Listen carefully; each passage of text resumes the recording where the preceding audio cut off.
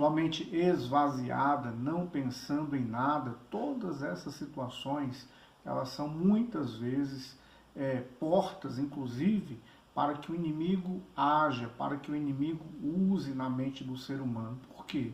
Porque nós temos pensamentos, e os nossos pensamentos, eles devem ser governados pelos pensamentos de Deus, pelo Espírito Santo, e é por isso que nos alimentamos da palavra. Se você tira os seus pensamentos e você acha que não vai estar pensando em nada, a mente humana não funciona desse jeito, tá? A mente humana sempre tem ali pensamentos pré-dispostos, pensamentos inconscientes. Basta você perceber que quando há alguma ação, você tem uma resposta muito rápida e o teu pensamento vai dar o comando, tá bom? Mas ele foi por esse caminho de ficar ali isolado, de ficar ali num local bom, vamos dizer assim, silencioso, organizado, não é? O monastério passa toda essa sensação e essa percepção, mas ele não alcançou paz, e essa paz, ela é iniciada no interior do ser humano. Então essa paz, ela é iniciada no ser humano, no seu interior. Foi ordenado em 1507 e em 1511 foi convidado para ensinar na Universidade de Wittenberg. Viu muitas relíquias, ouviu muitas histórias milagrosas. E dentre essas relíquias, muitas histórias milagrosas, é óbvio que ele foi levado a uma crença que não é uma crença verdadeira. Por quê? Você escuta uma história que ela não é real, mas você escuta ela com uma aparência de verdade, contada várias vezes e de várias formas, esta pessoa muitas vezes ela imagina ou ela pensa que está andando pela realidade plena, tá bom? Daquilo que é uma verdade plena. Para livrar seu pai, que já era falecido, do purgatório, subiu de joelho a escala santa, a escadaria que diz ter sido trazida da casa de Pilatos, repetindo em cada degrau o Pai Nosso. Ao chegar no topo, surgiu-lhe a ideia: quem sabe se tudo isso é verdade?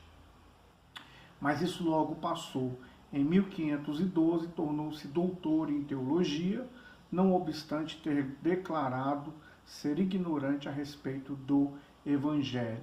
Olha só, a salvação, ela não vem pelo esforço, não vem por um ato de punição, não vem por aquilo que nós acabamos de falar aqui a respeito de uma escadaria pagando ali uma penitência ou se propondo uma penitência para que, na crença ali estabelecida de um purgatório, onde o ser humano ele fique ali num local para ver se ele vai ser absorvido ou não, enquanto os outros aqui vão acender vela, vão orar pelos mortos, vão pagar a penitência.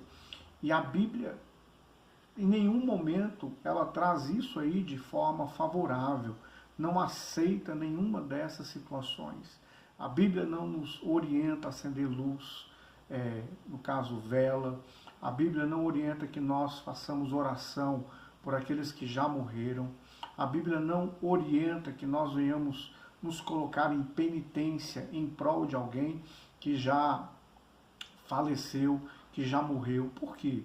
Porque Hebreus 9:27 diz que ao homem é dado uma só vida e depois disso vem o juízo.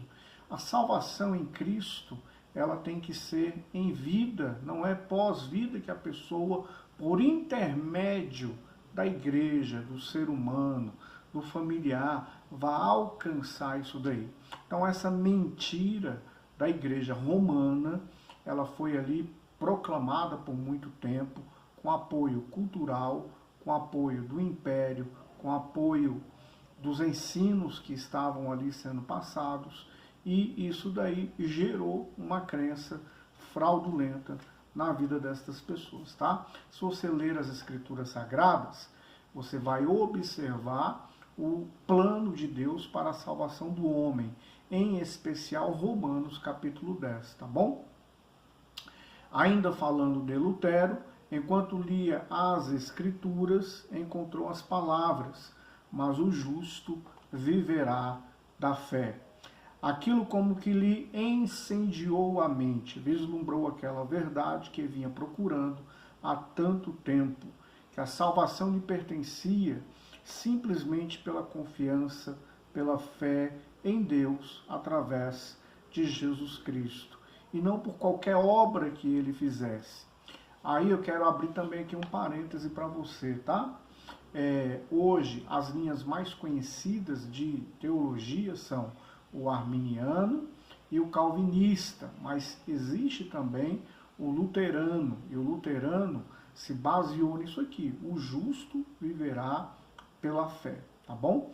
Mas qual é o meu convite? Que você continue estudando as Escrituras Sagradas, que você continue estudando a Bíblia, que você ore e peça ao Espírito Santo para abrir o teu entendimento, porque o nosso modelo de dar aula é um modelo onde nós estudamos de forma acadêmica, explico segredos espirituais por conta daquilo que o Espírito Santo me ensina e me traz de estudos. Eu continuo sempre estudando, estou sempre procurando estudar a palavra de Deus, estou sempre procurando me atualizar no meio acadêmico, e uma postura que eu tomo eu escolho 2, 3 pessoas para que me ensine.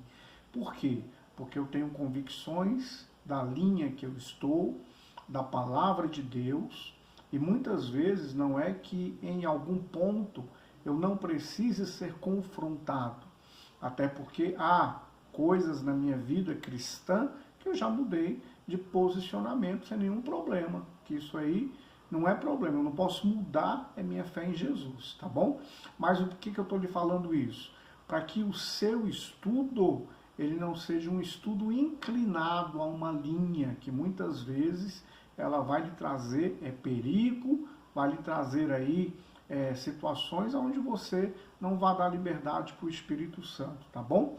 E o que eu quero é isso, que o Espírito Santo ele tenha plena liberdade na sua vida. Então Lutero, ele leu em Romanos que o justo viverá da fé. Esta fé, na mentalidade hebraica, ela é conhecida como confiança. Eu confio a minha vida a Ele. Eu creio que Ele existe.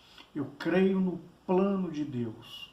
E o primeiro plano de Deus que eu devo crer é o plano de salvação.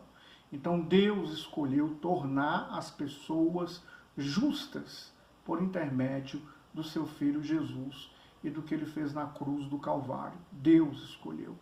Não foi nenhum homem que escolheu isto, tá bom? O esforço de Lutero em subir as escadas de joelho, orar o Pai Nosso, clamando a Deus por conta do seu pai falecido, demonstra amor, mas demonstra cegueira espiritual, porque ele estava crendo em algo que não existe como verdade, tá bom? E aí a gente continua falando de Lutero, olha só. Começou então a aplicar a leitura e a pregação de acordo com a revelação que ele havia recebido. Então ele começou a pregar, começou a ler a Bíblia, começou a ter fome. Talvez você pergunte, mas ele não lia a Bíblia antes? Deixa eu lhe falar. Existe um sistema chamado sistema romano, onde é passado para a pessoa o que ela vai ler. Hoje diminuiu bastante. As pessoas hoje abrem a Bíblia e procuram ler. Mas muitas pessoas já leem a Bíblia com a mentalidade ali inclinada àquilo que é ligado à sua religião. Mas se a pessoa ela ler as Escrituras Sagradas com a mente aberta, com o coração aberto, pedindo a ajuda do Pai, esta pessoa vai conhecer a Bíblia como ela é. E existem versos que não precisam muito conhecimento bíblico. Existem versículos que não precisa até mesmo de uma pessoa ali lhe explicando. E esse aqui é o justo viverá pela fé, tá bom? Então olha só, ele começou a aplicar a leitura e a pregação de acordo com a revelação que havia recebido, a justificação pela fé e não pelas obras, ou pelos sacramentos, como ensinava a Igreja Romana. A Igreja Romana também ensina que o homem é salvo se cumprir ali os 7 sacramentos da Igreja Romana. E aí, novamente, ela está, de certo modo, invalidando o sacrifício de Jesus na cruz do Calvário, tendo essa atitude. Invalidando para quem? Para aqueles a qual a Igreja Romana está pregando. Então, eu não posso invalidar aquilo que a Bíblia me diz que é diferente, tá bom? Suas preleções agora consistiam em explicações das Escrituras, em vez de repetições dos padres e doutores, aplicando a verdade bíblica à vida de seu tempo, que é algo, inclusive, comum dentro da cultura hebraica, tá? Por que eu falo sempre cultura hebraica? Porque a Bíblia foi escrita em hebraico, a mentalidade foi colocada por Deus do hebreu, o idioma tem um significado espiritual apontando para Jesus, e mesmo que seja o Novo Testamento escrito no grego, ali, exceto Lucas, todos eram hebreus. Todos eram hebreus. E a Bíblia fala em Romanos que a palavra foi dada aos hebreus, tá bom? Então, enquanto Lutero ele resolveu agora pregar a Bíblia de verdade, o Papa Leão X, em razão da necessidade de dinheiro para terminar as obras do Templo de São Pedro, permitiu que João Tezel percorresse a Alemanha vendendo bulas assinadas pelo Papa. Então, olha só, enquanto um está pregando Bíblia, o outro está vendendo bula assinada pelo Papa. Você que é crente, cuidado aí para você não fazer campanha da bula, tá? Muito cuidado para não fazer campanha da bula. Por que eu estou lhe dizendo isso?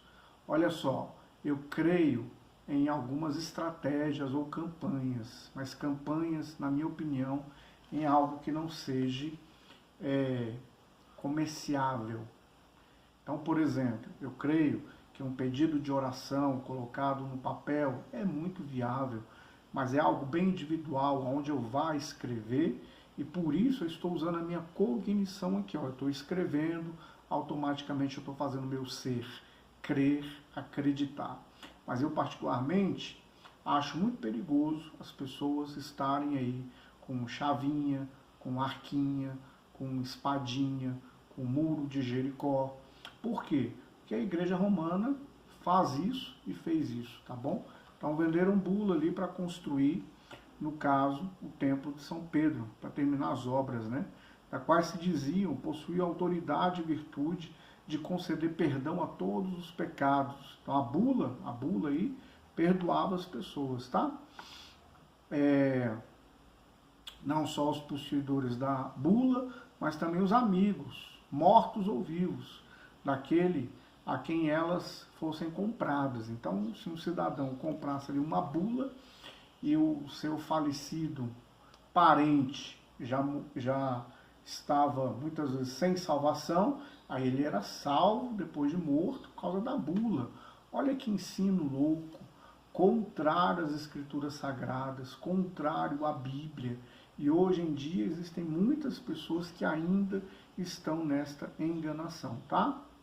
Lutero, por sua vez, começou a pregar contra Tetzel e sua campanha de venda de perdão de pecados, denunciando este como falso ensino. A data exata dada pelos historiadores como início da Grande Reforma foi registrado em 31 de outubro de 1517. Na manhã deste dia, Lutero fixou na porta da Catedral de Wittenberg um pergaminho que continha 92 teses ou declarações, quase relacionadas com a venda de indulgências, porém em sua aplicação atacava a autoridade do papado e do sacerdócio. Lutero foi excomungado no mês de junho de 1520 pelo Papa Leão X. No dia 10 de dezembro deste mesmo ano, Lutero queimou na porta da catedral a bula de excomunhão bem como cópias das leis estabelecidas por autoridades romanas. Esse ato constitui a renúncia definitiva de Lutero à Igreja Católica Romana. Em 1521, Lutero foi citado a comparecer diante da Dieta do Concílio de Reno, em Worms, onde compareceu e defendeu as suas ideias, a despeito de ter sido instado a mudar de opinião. O caminho de Worms foi que ele compôs o seu famoso hino Castelo Forte é o nosso Deus. O movimento luterano espalhou-se como um forte avivamento espiritual. Para Lutero, cada indivíduo podia gozar da comunhão com Deus pela fé, sem a interferência de um sacerdote. O homem podia confessar seus pecados a Deus e dele receber o perdão. Cada um podia entender as Escrituras pela iluminação da fé e por elas conhecer a vontade de Deus, independente dos ensinos da Igreja Católica Romana. Lutero faleceu novo, aos 63 anos, e por quase 30 anos ele fora o líder de um dos maiores movimentos religiosos da história. Deixou ele ainda a tradução da Bíblia para a língua alemã, preparou novos pregadores. Na Alemanha, hinos evangélicos e salmos eram cantados, muitos dos quais escritos pelo próprio Lutero. Fora da Alemanha, ele influenciou vários países com sua oposição à Igreja Romana e seu rompimento com a mesma. Polônia, Hungria, Inglaterra, Escócia, França e outros países receberam influência luterana. Então está aí o nosso vídeo aula sobre Lutero, a respeito da história das igrejas, um vídeo bem importante, onde você deva saber tudo o que ocorreu, tá bom? Você pode fazer uma pesquisazinha aí na internet, 92 teses de Lutero, dá uma lida, vai ser bem importante para você ler e você vai perceber que muita coisa ali está até parecida com os dias de hoje, tá bom? Deus te abençoe, em nome de Jesus.